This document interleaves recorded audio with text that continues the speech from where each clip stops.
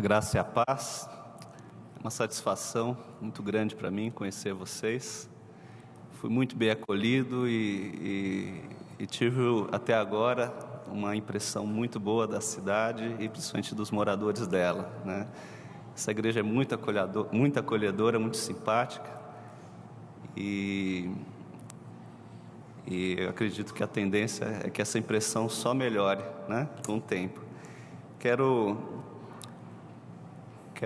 agradecer o privilégio de expor a palavra de Deus nessa manhã, porque não acredito que haja outro meio com autoridade suficiente para guiar a nossa consciência, para guiar a nossa vida rumo a uma maior comunhão com Deus, uma salvação em Jesus Cristo. E por isso eu vou convidar vocês também a abrirem comigo a Escritura no Salmo de número 119, versículo 112.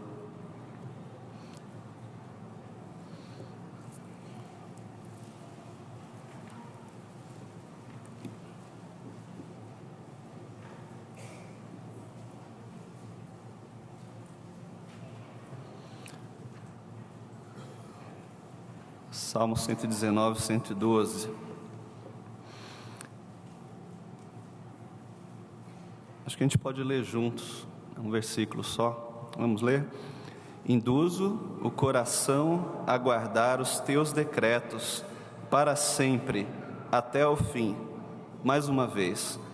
Induzo o coração a guardar os teus decretos para sempre, até o fim. Mais uma vez. Induzo o coração a guardar os teus decretos para sempre, até o fim. Não, brincadeira. Foi uma brincadeira com a palavra induzo, porque é isso que ela significa, né? Mas vamos nesse momento fazer uma oração. Senhor, nós estamos aqui com o objetivo de estudar a Tua palavra, e preparamos nosso coração, preparamos nossa mente para isso. No entanto, sabemos que não teremos proveito algum se Teu Espírito não a tornar clara para nós.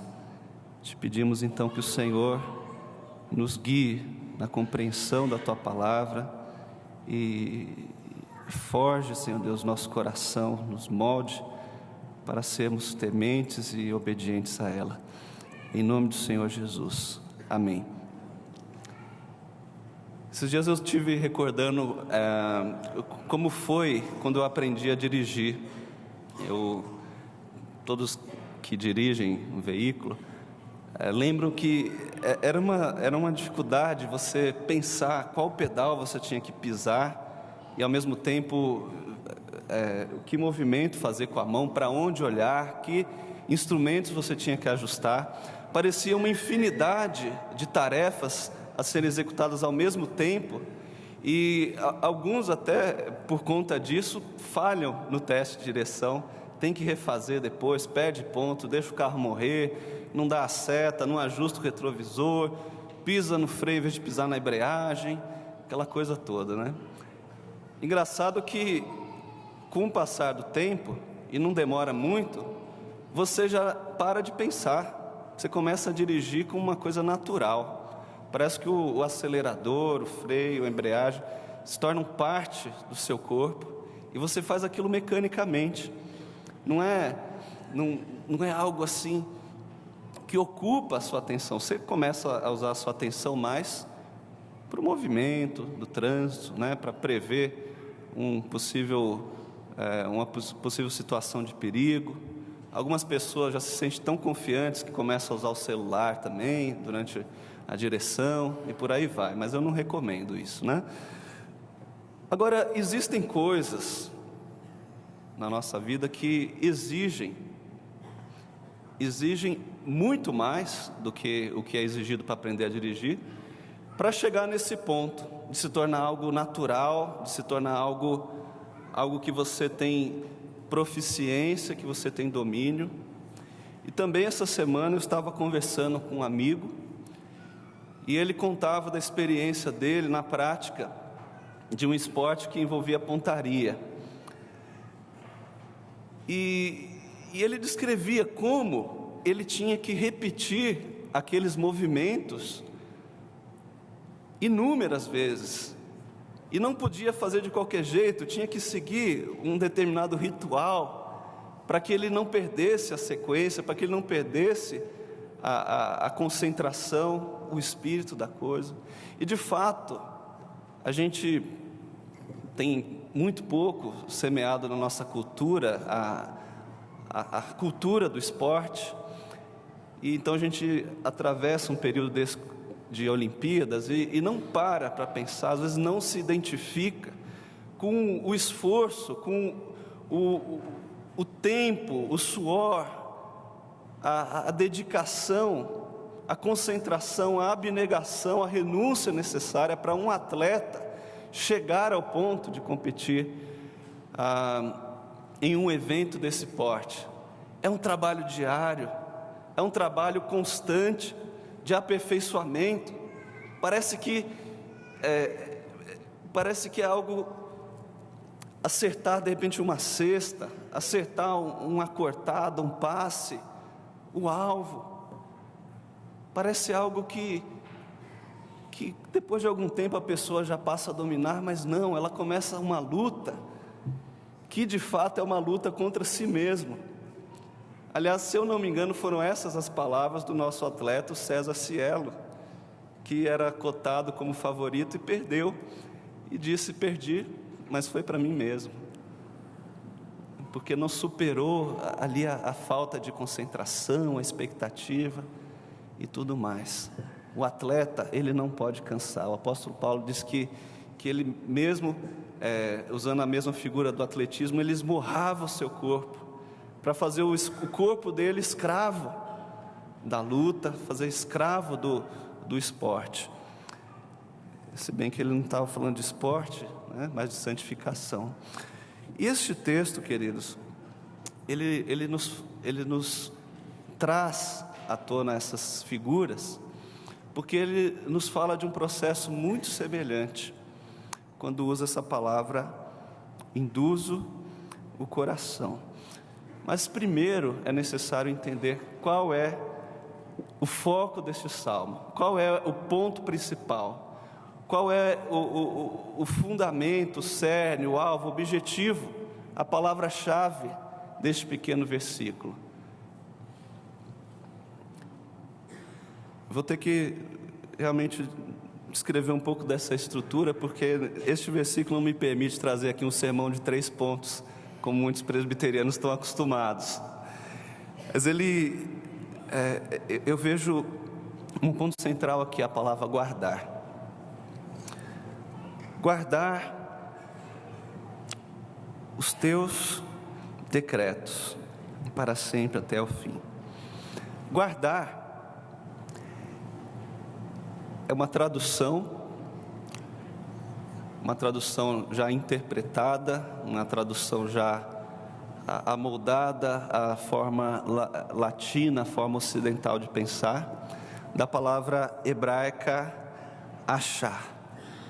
Achar, essencialmente, não pode ser traduzida por guardar.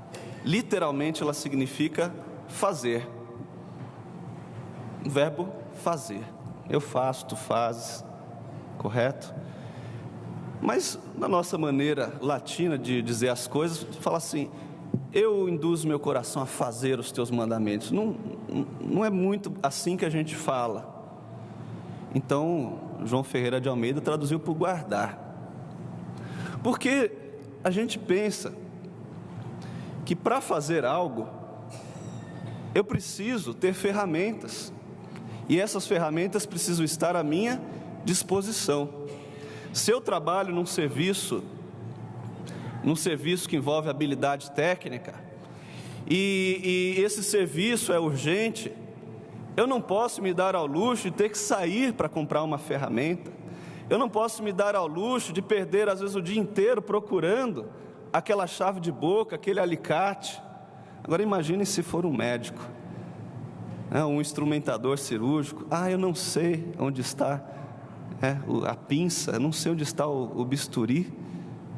Não pode. Então, guardar aqui também não tem o sentido, evidentemente, de esconder. Eu não estou falando da palavra original, mas da nossa maneira de interpretar o fazer hebraico. Não dá para pensar como esconder, mas sim como ter classificado, né, catalogado, identificado, rotulado, indexado, num lugar de fácil acesso, para que esteja à minha disposição na hora que eu precisar, para que o ato de fazer não seja prejudicado. Agora, evidentemente que fazer, esta palavra, achar em hebraico, nos leva a outra, mais forte, e que é de fato o objetivo desse salmista. Muito importante para nós que estamos aqui numa manhã de domingo, justamente para estudar a palavra de Deus. Achar ou fazer é obedecer, é cumprir, porque ele está falando aqui de estatutos. Estatutos. Então nós temos aqui a palavra-chave: obedecer. Obedecer os estatutos de Deus. Temos o objetivo. Agora, qual a ferramenta? O que é que deve ser guardado ou estar à disposição para obedecer? Como chegar a esse objetivo? O meio para chegar está também claro no Salmo, que é o coração. O coração. Coração, no sentido desse texto bíblico, e também na maneira como nós latimos usando a palavra, na maioria das vezes, não se refere ao músculo cardíaco, né? O nosso motorzinho de bombear sangue. Não, de fato não é isso, mas sim o homem interior, a mente, ou como também podemos encontrar nos Provérbios de Salomão, sobre tudo que se deve guardar, guarda o teu coração, porque dele procedem as fontes da vida, o centro de tudo que somos, o centro de tudo aquilo que fazemos. É com este coração, o nosso homem interior, que podemos guardar os estatutos de Deus, para que eles então estejam sempre à disposição quando forem solicitados, para que eles estejam à mão, para que eles sejam práticos, para que eu dê resposta quando alguém me inquirir, para que eu tenha o procedimento diante de uma dúvida, para que eu tenha subsídios para fazer escolhas. Sim, os estatutos estão à mão, se nós os tivermos guardados, né, no sentido de indexar, catalogar, deixar em lugar de fácil acesso no nosso coração, no nosso homem interior. Fica claro então que a palavra de Deus, ela não pode ser simplesmente algo externo a nós, ela não pode ser algo apenas disponível para consulta em papel ou eletronicamente, num tablet ou num telefone celular ou na tela de um computador. Não, ela tem que estar disponível num hardware muito mais rápido do que o tablet, né? Num hardware muito mais rápido do que uma memória RAM, que é o nosso coração. Já tem que estar lá. Haverá solicitações na nossa vida em que a resposta tem que ser muito mais rápida do que aquela que nós conseguiríamos tendo que voltar na escritura em papel, ou buscar uma chave bíblica, ou buscar um comentário, ou buscar um livro de teologia sistemática até encontrar a resposta. Não, ela tem que estar memorizada, ela tem que estar já ela tem que estar já digerida, pronta para ser usada, já preparada, forjada, como aquela peça curva de metal que de fato não saiu assim do alto forno, né? Na siderúrgica, os tarugos ou os lingotes, eles são retilíneos. É preciso um processo paulatino, com calor, com força mecânica, para vergar uma daquelas barras de aço, para dar o formato necessário a elas, para que elas resistam ao esforço necessário quando solicitadas. Mas aquilo não é um processo automático, simples. O ferreiro ou o perito nessa arte, ele vai gastar um tempo vergando aquela barra, dia após dia, com esforço e com dedicação. Por isso é que nós chegamos então à ação principal desse salmo. Eu já sei que meu objetivo é guardar os estatutos, e sei que a ferramenta que eu devo trabalhar é o coração, é o meu homem interior. Mas a ação para eu chegar nesse objetivo qual é? Induzir o coração.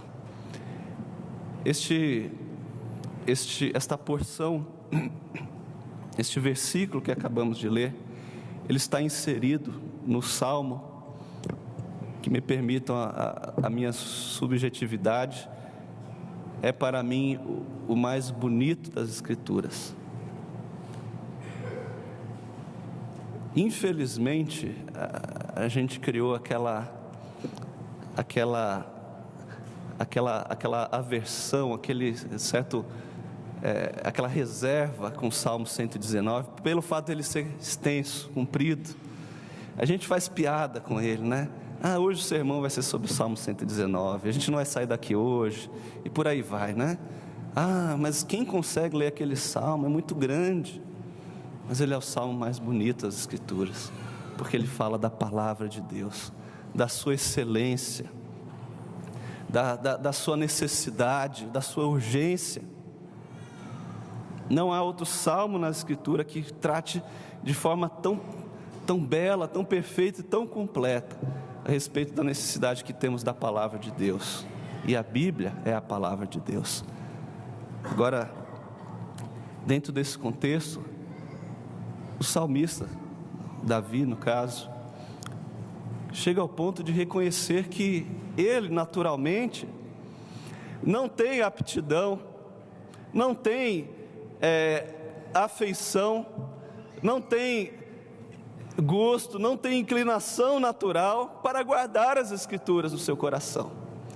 O seu coração não é naturalmente feito a isso. O seu coração não veio de fábrica com esta aplicação.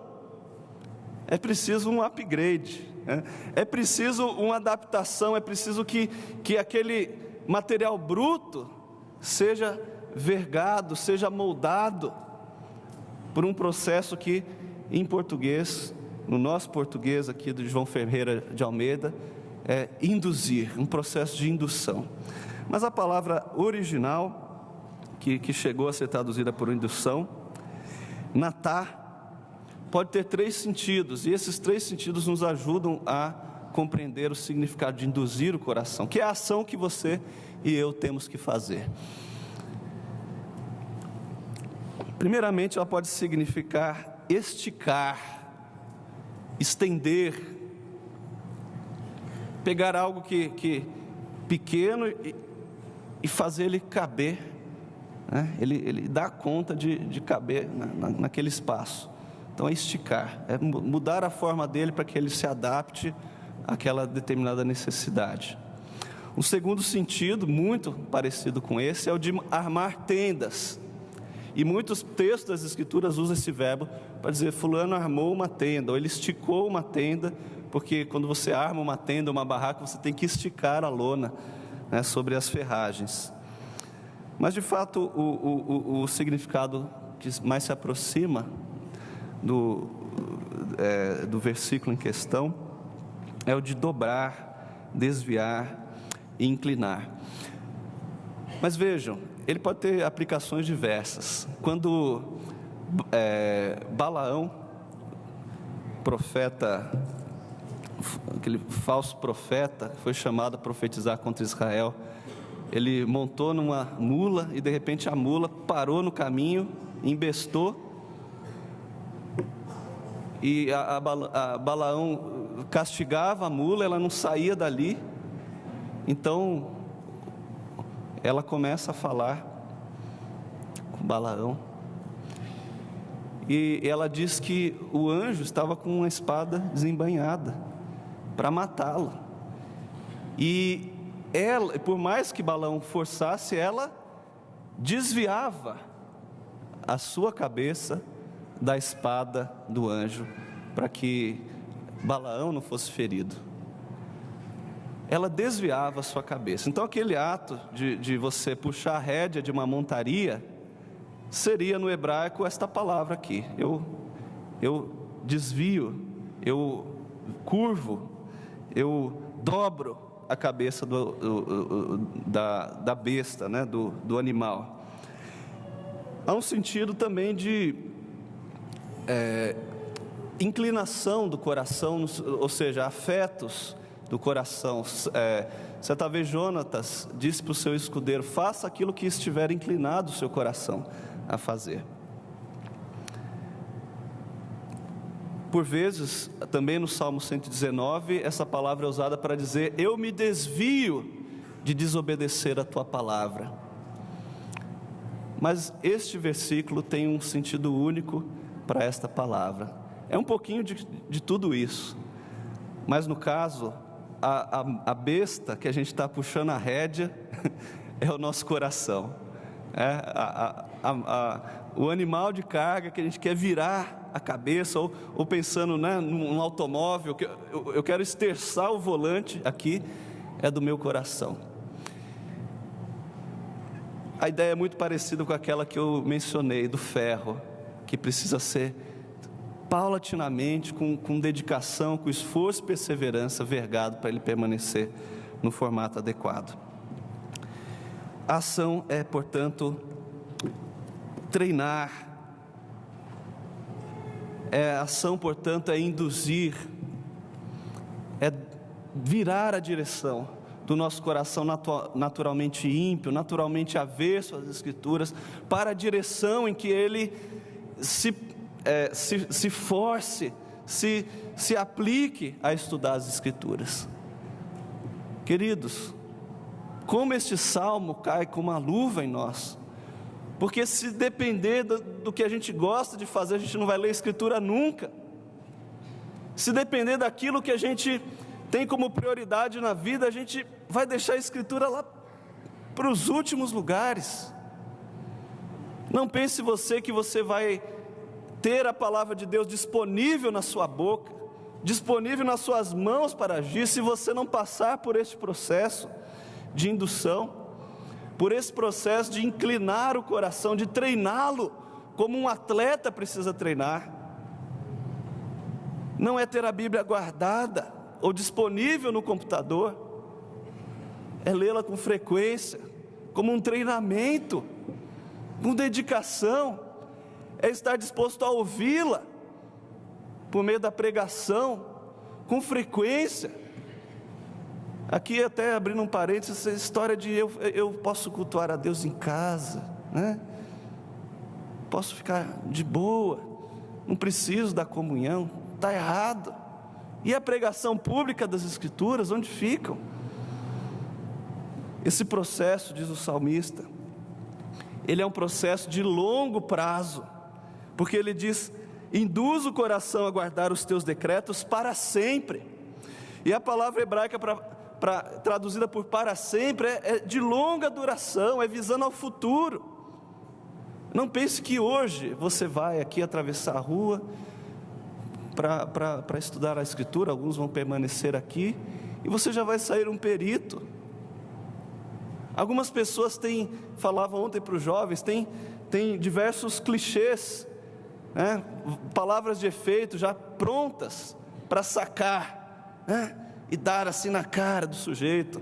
Não, aqui eu tenho um versículo pronto para você, né? Não é assim.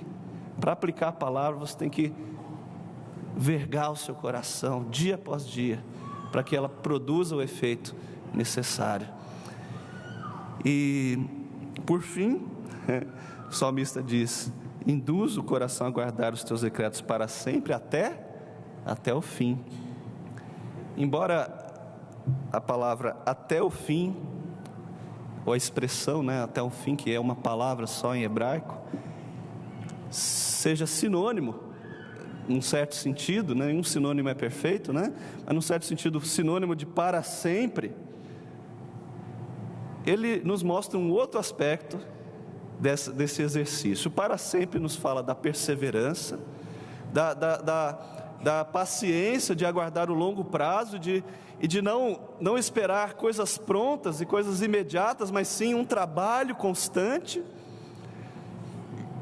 enquanto que até o fim nos lembra da consequência, da recompensa, da meta, porque a palavra fim também significa meta. Pense numa fraqueza sua, pense num defeito seu, que você já tem ciência de que atrapalha a sua vida espiritual, atrapalha o seu crescimento, atrapalha a comunhão. Como você vai tratá-lo? Aplicando o remédio da palavra de Deus sobre ele, mas para isso, induzir no seu coração, dia após dia, sobre aquele assunto. E quando é que você vai parar? Você não vai parar enquanto aquela meta, aquele objetivo não for alcançado. Enquanto o seu coração não estiver treinado pela palavra de Deus naquele defeito seu, você não vai desistir. Você vai buscar o mesmo ou os mesmos versículos, as mesmas passagens, até que aquilo não apenas faça sentido para o seu intelecto, mas aquilo se transforme na sua prática. Queridos, que este pequeno versículo da Bíblia mude radicalmente a nossa maneira de encarar a palavra de Deus, que ela não seja mais para nós apenas um objeto da nossa estante, ela seja algo gravado de forma indelével no disco rígido do nosso coração, para uso imediato. Tecnicamente eu até diria nem o disco rígido, na memória RAM, né? Para ser prontamente utilizado em qualquer situação.